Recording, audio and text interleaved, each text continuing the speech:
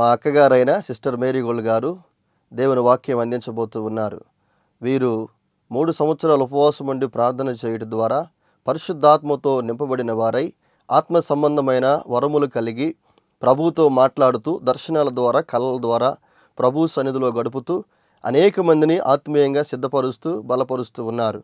వీరు ప్రార్థన చేసి దర్శనాలను కలభావాలను తెలుసుకొని అనేక మందికి తెలియచెప్పి అనేక మంది పట్ల దేవుని యొక్క చిత్తం ఏ విధంగా ఉందో ప్రార్థన ద్వారా వారు తెలుసుకొని అనేక మందితో పంచుకుంటూ అనేక మందిని బలపరుస్తూ దేవుని సన్నిధిలో బహుబలంగా వాడబడుతున్న దైవజనులు. వీరి వాక్యాన్ని ఇప్పుడు విందాం. వాక్యములో నుండి ఎన్నో విషయాలు మనం వింటూ ఉన్నాం. ప్రభువుకి పాతది అంటే అంత నచ్చదు. పాతది అనేది ఆయనకి ఎప్పుడూ ఇష్టం ఉండదు. ప్రతిదీ క్రొత్తది కావాలి, క్రొత్తదై ఉండాలి. అందుకే క్రొత్తది, అన్నిటికంటే ముందు, ఉన్నతమైనది, ప్రత్యేకమైనది నాకు మీరు అర్పించండి అంటాడు. వాక్యాల్లో ఎన్నోసార్లు మనం వింటాం, ముందుగా ఆయనకిచ్చి ఆయన దగ్గర ప్రతిఫలము పొందగలవాడు ఎవడు? ముందుగా ఆయనకి ఇవ్వాలి అనే గ్రహింపు ముందు మనకు కావాలి. గ్రహింపు లేకపోతే అన్నీ అయిపోయిన తర్వాత ఎప్పుడో చివరికి తీసుకొని వచ్చి దేవునికి అర్పిస్తాం. ముందుగా ఆయనకి ఇవ్వడంలో ఉన్న ఆశీర్వాదము ఆయన మనకి తెలియజేస్తున్నాడు. క్రొత్తదిగా ఆయనకి ఇవ్వడంలో ఉన్న ఆశీర్వాదము ఆయన మనకి తెలియజేస్తున్నాడు.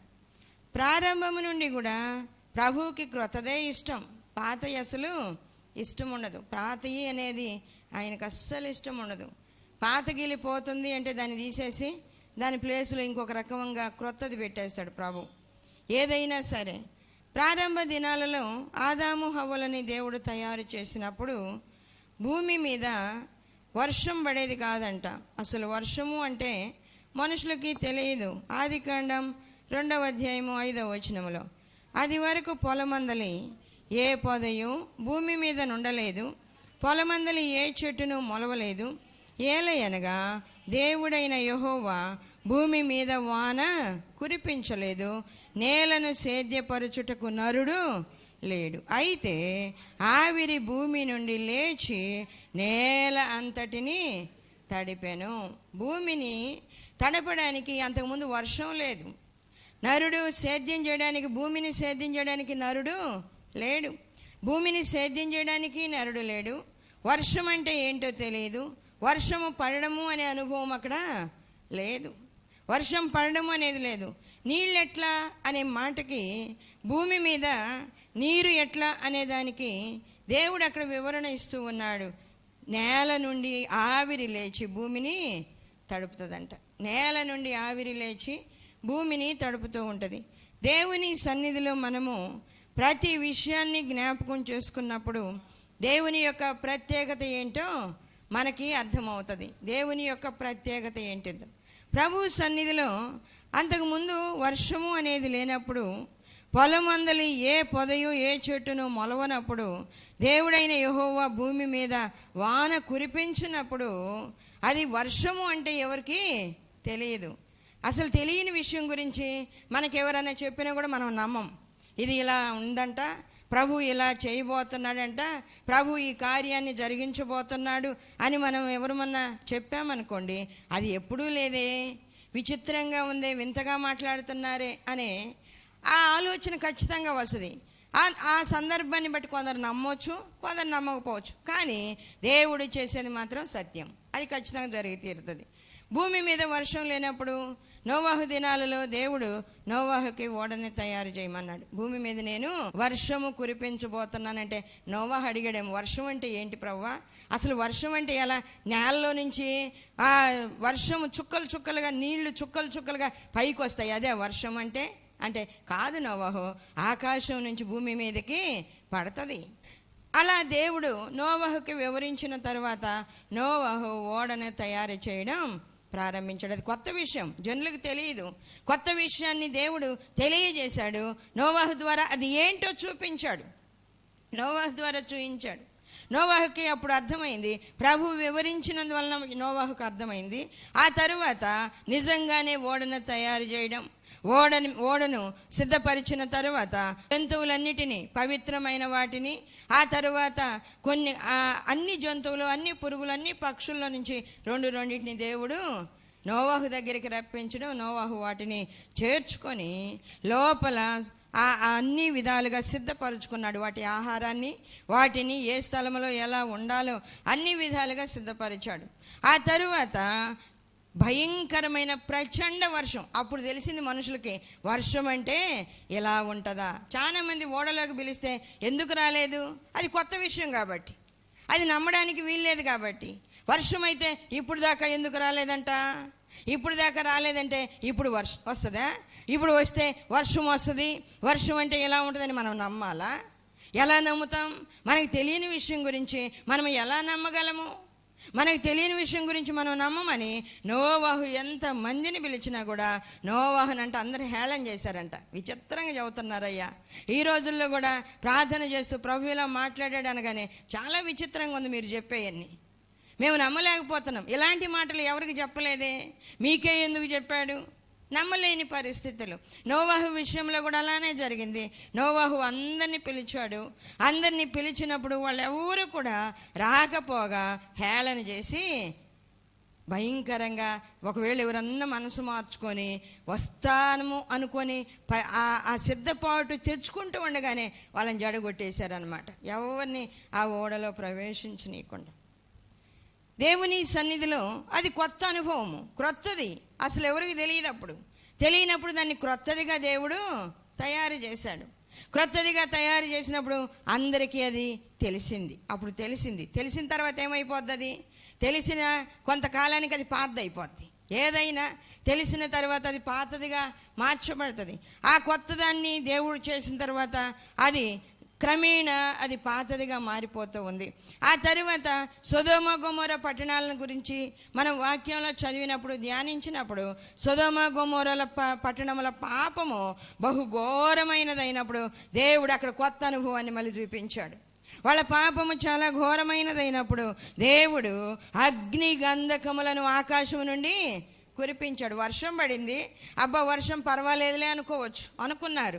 కానీ అగ్ని గంధకాలు ఆకాశం నుండి వర్షంలాగా కురవడం అంటే అది కొత్త అనుభవం కదా. అంటే వర్షమే కాకుండా నీళ్లే కాకుండా అగ్ని గంధకాలు కూడా ఆకాశం నుంచి కురుస్తాయా? అగ్ని గంధకాలు కూడా ఆకాశం నుంచి కురుస్తాయా? వాక్య భాగంలో మనం చూస్తూ ఉంటే ఆదికాండం 19వ అధ్యాయము 23వ వచనం నుండి మనం చదివితే, లోతు సోయరుకు వచ్చినప్పుడు ఆ దేశమున సూర్యుడు ఉదయించెను.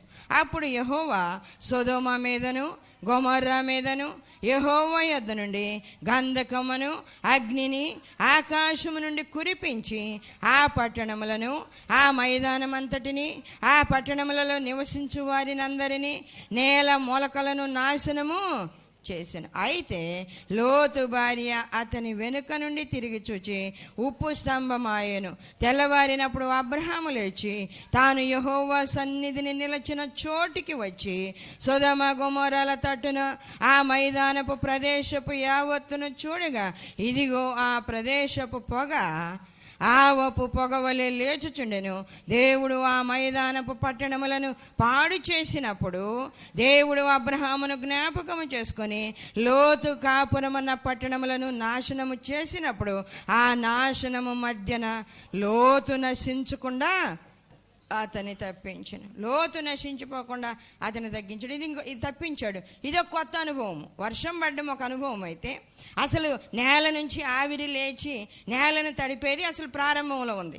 ఆ తరువాత వర్షం పడడం అనేది అది క్రొత్త అనుభవం. ఆ తరువాత ఆకాశం నుండి వర్షం పడుతుంది అనేది జనులకందరికీ తెలిసిపోయిన తర్వాత ఆకాశం నుండి అగ్ని గంధకములు పడ్డం అనేది అది కూడా చూయించాడు ప్రభు. ఆకాశం నుంచి వర్షమే కాదు, నీళ్లే కాదు, అగ్ని గంధకాలు కూడా కురుస్తాయి. ఇప్పుడు కాదు అని చెప్పలేము. ప్రభువు ఆకాశం నుండి అగ్ని గంధకాలను కురిపిస్తాడు అంటే ఖచ్చితంగా నమ్మి తీరాలి. ఎందుకంటే సొదొమ గొమొర్రాలను మనము చూసాం కాబట్టి. వాక్యముల నుండి చదివి విని గ్రహించాం కాబట్టి సొదొమ గొమొర పట్టణాల విషయంలో ఆలోచించినప్పుడు మనకు అర్థమైపోతూ ఉంది. దేవుని సన్నిధిలో ప్రతిదీ క్రొత్తది. కానీ ఆ తరువాత కాలంలో వర్షం పడితే నీళ్ళు వస్తాయి, లేదా అగాధ జలముల దీవెనలని భూమి లోపల ఉన్నవి బావులు తవ్వితే నీళ్ళు వచ్చాయి. కానీ ప్రభు క్రొత్త అనుభవాలు, క్రొత్త ఎలా ఉంటాయి?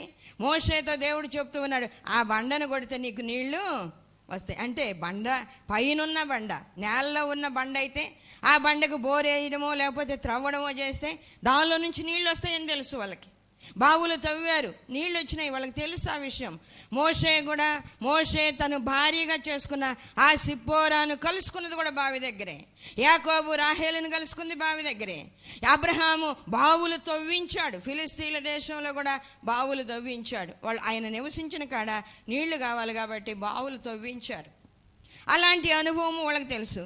అయితే ఇశ్రాయేలీలు అరణ్య ప్రయాణంలో ఉన్నప్పుడు, ఇజ్రాయేలు దేశానికి ప్రయాణమైనప్పుడు ఐగుప్తు దేశం నుండి వారు యెరూషలేమునకు ప్రయాణమై ఆ ప్రయాణ మార్గములో వాళ్ళకి కొత్త కొత్త అనుభవాలు ఎదురైనాయి.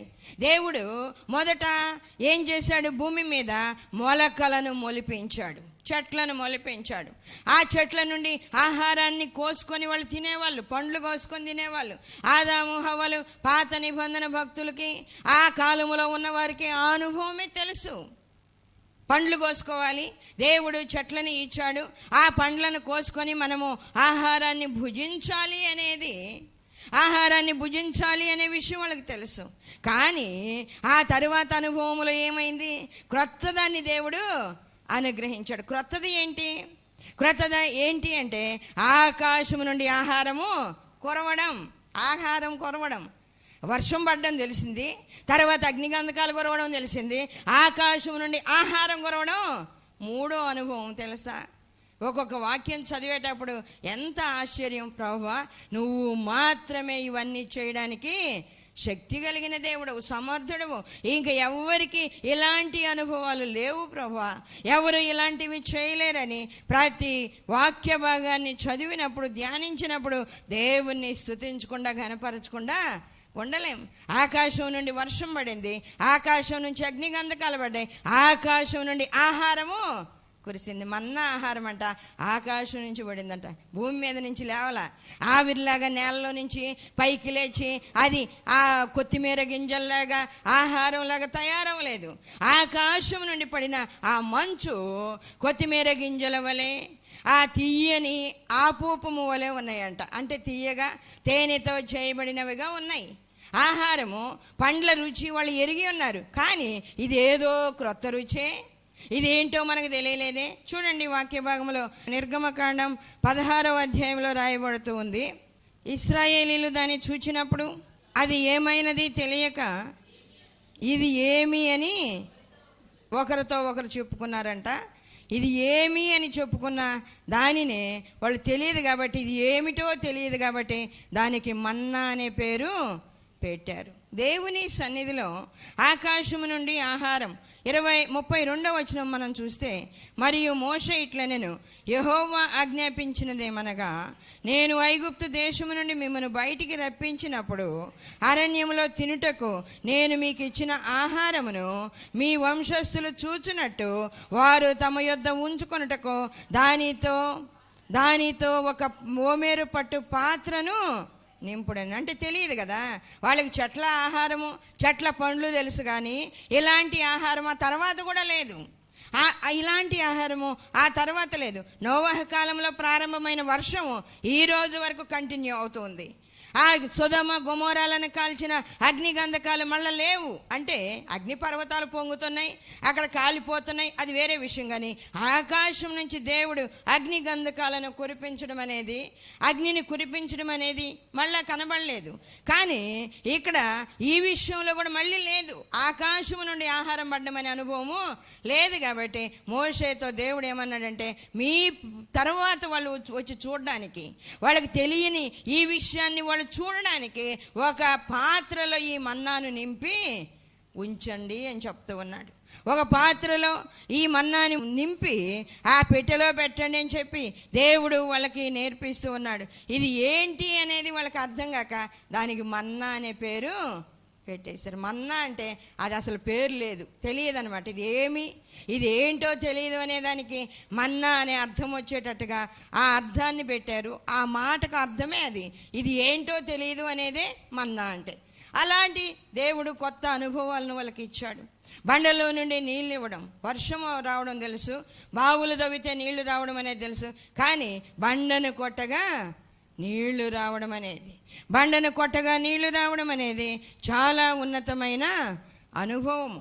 బండను కొడితే నీళ్ళు ఎలా వస్తాయి? పైన ఉన్న బండని కొడితే ఎలా వస్తాయి? ఇప్పటికీ బోర్లు వేస్తున్నా, నేలలో ఉన్న బండలు ఆ బండ లోపలికి చొచ్చుకొని పోయినప్పుడే ఆ బండలో నీళ్లుంటేనే బయటకు వస్తాయి, లేకపోతే నీళ్లు రావు. కానీ ఆ రోజుల్లో మోషే పైనున్న బండను కొట్టగానే బండలో నుంచి నీళ్ళు వచ్చినాయి. అది ఆశ్చర్యమే వాళ్ళకి. బండలో నుండి నీళ్ళు వచ్చేసినాయి. వాక్య భాగంలో మనం చూస్తూ ఉంటే యెషయా గ్రంథం 43వ అధ్యాయము 18, 19 వచనాలు చదువుదాం. మునుపటి వాటిని జ్ఞాపకము చేసుకొనకుడి, పూర్వకాలపు సంగతులను తలంచుకొనకుడి. ఇదిగో నేనొక నూతన క్రియ చేయుచున్నాను, ఇప్పుడే అది మొలచును, మీరు దానిని ఆలోచించరా? నేను అరణ్యములో త్రోవ కలుగు చేయుచున్నాను, ఎడారిలో నదులు పారజేయుచున్నాను. నేను ఏర్పరచుకొనిన ప్రజలు త్రాగుటకు అరణ్యములో నీళ్లు పుట్టించుచున్నాను, ఎడారిలో నదులు కలుగజేయుచున్నాను. అడవి జంతువులను, అడవి కుక్కలను, నిప్పు కోళ్ళను నన్ను కనపరచును. ఎందుకంటే వాటికి నీళ్ళు వచ్చినాయి కాబట్టి. అడవుల్లో ఉన్న జంతువులకి దేవుడు నీళ్లు పుట్టించకపోతే, నీళ్లు ప్రవహింపజేయకపోతే అడవి జంతువులు ఏం తాగుతాయి? ఏమీ తాగడానికి వీల్లేదు. వాటికి దాహం వేసినప్పుడు వాటి దాహము తీర్చడానికి దేవుడు ఎడారిలో నదులను పుట్టించాడు, నీళ్లు కలగజేశాడు. ఎడారిలో నీళ్లు కలగజేశాడు, అరణ్యములో నీళ్ళనిచ్చాడు, త్రోవ కలగజేశాడు, సముద్రములో దారిని ఏర్పాటు చేసి వాళ్ళని దాటిపోనిచ్చాడు. ఇప్పటిదాకా ఒక్కొక్క విషయంలో ఒక్కొక్క అనుభవము వాళ్ళు ఇశ్రాయేలీలు చూస్తూ ఉన్నారు. ఆదాము కొన్ని అనుభవాలు చూశాడు, ఆ తర్వాత నోవాహు కొన్ని అనుభవాలు చూశాడు, ఆ తర్వాత మోషే కొన్ని అనుభవాలు చూచాడు, ఆ తరువాత ఇశ్రాయేలీలు కొన్ని అనుభవాలు చూస్తూ ఉన్నారు. ఇశ్రాయేలీలు ఐగుప్తు దేశములోనికి వెళ్ళిన తర్వాత 400 ఏండ్లకు అక్కడి నుంచి బయలుదేరి 430 సంవత్సరాలు 430 సంవత్సరాలకు ఐగుప్తు దేశంలో నుండి వాళ్ళు బయలుదేరి వస్తూ ఉంటే ఎర్ర సముద్రము అడ్డం వచ్చింది. అది ఎప్పుడన్నా జరిగిందా? అంతకుముందు అలాంటి అనుభవం ఎప్పుడైనా వచ్చిందా? సముద్రము పాయలవడం అనేది ఎప్పుడైనా వాళ్ళు చూచారా? అది క్రొత్తది. ఆ సమయానికి అది క్రొత్తదే. అరణ్యములో నీళ్లు ఆ బండలో నుండి రావడం వాళ్ళు చూచారు. ఊటలు దేవుడు పుట్టించడం. ఎడారిలో నీళ్ళు ఎక్కడి నుంచి వస్తాయి? అసలు ఎడారిలో నీళ్లు రావడం అంటే ఎలా సాధ్యం? హాగరు పసిబిడ్డను వేసుకొని ఆ అరణ్యంలోనికి వెళ్ళినప్పుడు నీళ్ళు అయిపోయినాయి అంట. నీళ్ళ బాటిల్ తీసుకెళ్తారు వాళ్ళు. ఇశ్రాయేలీలకు ఇప్పటికి కూడా ఉన్న అలవాటు ఏంటంటే ఆ ఎండకు తట్టుకోలేమని ఖచ్చితంగా నీళ్ళ బాటిల్ వాళ్ళ కాడ ఉంటుంది. ఆమె ఏడుస్తూ ఉన్న బిడ్డని చూసి ఒక చెట్టు కింద బండేసి దూరంగా పోయి ఏడుస్తూ ఉందంట. అయ్యో, ఇదిగో నువ్వు నాకు బిడ్డని ఇచ్చావు, ఆ బిడ్డ దాహంతో అల్లాడిపోతున్నాడు, నేను ఈ ఎడారిలో ఏం చేయాలి? ఎవరిస్తారు నాకు నీళ్ళని ఆమె ఏడుస్తూ ఉంటే దేవుడు ఆమె కన్నులు తెరిచాడంట. అంటే ఆయన నీళ్లు కలుగజేసి ఆ నీళ్ల ఊటను పుట్టించి ఆయన ఆమె కన్నులు తెరవగానే అక్కడ నీళ్ళ ప్రవాహాన్ని ఆమె చూచింది. నీళ్ళ ప్రవాహాన్ని చూచింది. ముందు ఒకసారి దేవుడు మాట్లాడాడు, దేవుని దూత మాట్లాడింది, తర్వాత మళ్ళీ ఇంకొకసారి మాట్లాడినప్పుడు మొదట మాట్లాడినప్పుడే ఆమె అంటుంది, చూచుచున్న దేవుడవు నీవే. మనుషులు చూస్తే మనుషులు నీళ్ళు ఇయ్యలేరు, వాళ్ళకి ఏం చేత అవుతుంది? ఎవరైనా మనుషులు చూసినా వాళ్ళు దాహం ఇవ్వలేరు. ఒకవేళ వాళ్ళు దాహం ఇవ్వాలన్నా వాళ్ళు తెచ్చుకున్న వాటిలో ఇవ్వాలి. ఎలా సాధ్యమవుతుంది? వాళ్ళకి కావాలి కదా, ఎవరు ఇవ్వలేరు. బుద్ధిగల కన్యకలు, బుద్ధి లేని కన్యకల గురించి వాక్యంలో మనం వింటాం. బుద్ధిగల కన్యకలు వాళ్ళతో పాటు సిద్ధెలలో నూనె తీసుకొని పోయారంట. ఆ దీపాలు వెలిగించుకోవడానికి నూనె తీసుకుని వెళ్ళారు. బుద్ధి లేని కన్యకలేమో నూనె లేకుండా ఏమైద్దిలే, మనం పోగానే ప్రభు వచ్చేస్తాడు, ఆయనతో వెళ్ళిపోతాం, మనం వెళ్ళగానే పెండ్లి కుమారుడు వచ్చేస్తాడు, పెండ్లి జరిగిపోద్ది. ఈరోజు కూడా అదే ఆలస్యం జరుగుతుంది పెళ్ళిళ్ళలో, తెలుసా? అదే ఆలస్యం. ఉదయం 10 గంటలకని పెళ్లి కార్డులో వేస్తారు, ప్రింట్ వేస్తారు, కానీ అది పెళ్లి సాయంత్రం 4 లేకపోతే 6 గంటలకో 7 గంటలకో ఆలస్యంగా జరుగుతూ ఉంటాయి పెళ్ళిళ్ళన్నీ కూడా.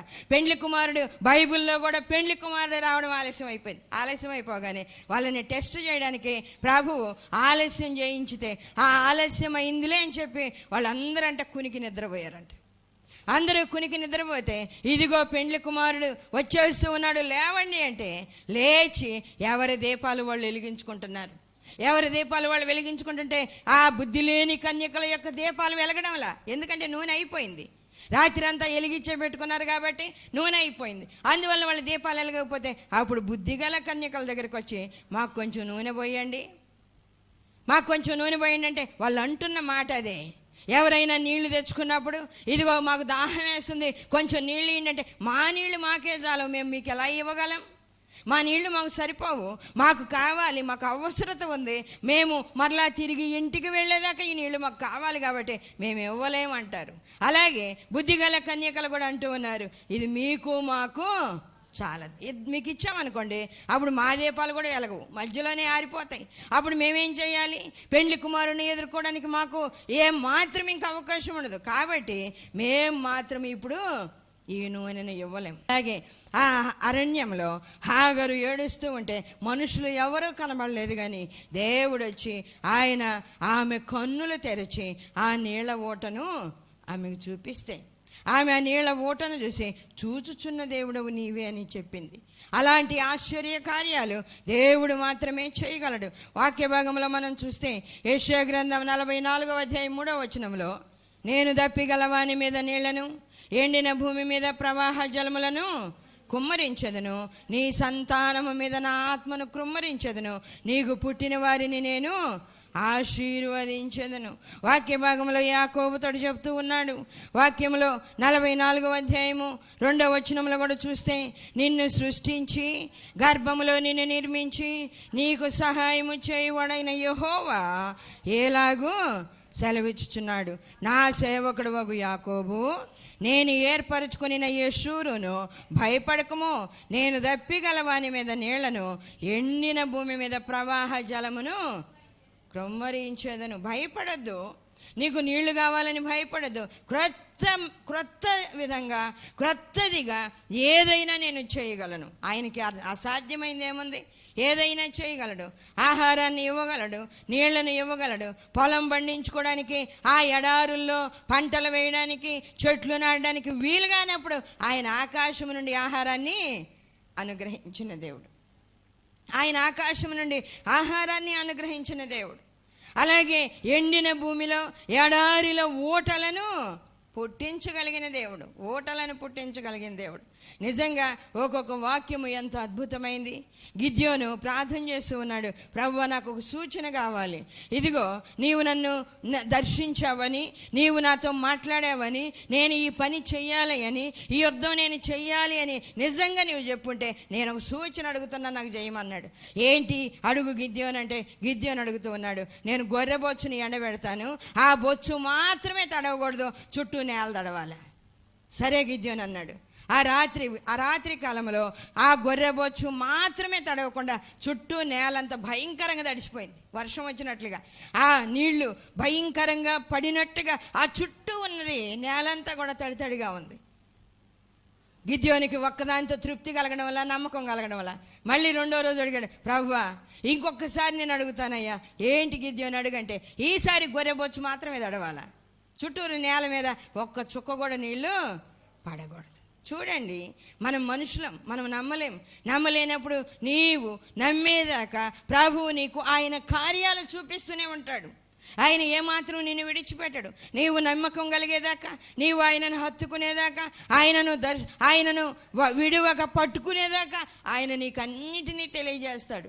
ఏమో పో, నమ్మితే నమ్ము, లేకపోతే లేదు, నాకు అనవసరం, నేను అసలు ఇవన్నీ నేను చేయను అనడం వల్ల గిద్యోని అడిగితే గిద్యోనికి ప్రభువు సహాయం చేశాడు. గొర్రెబొచ్చు మాత్రం తడిసిందంట, మిగిలిన నేల తడవలేదంట.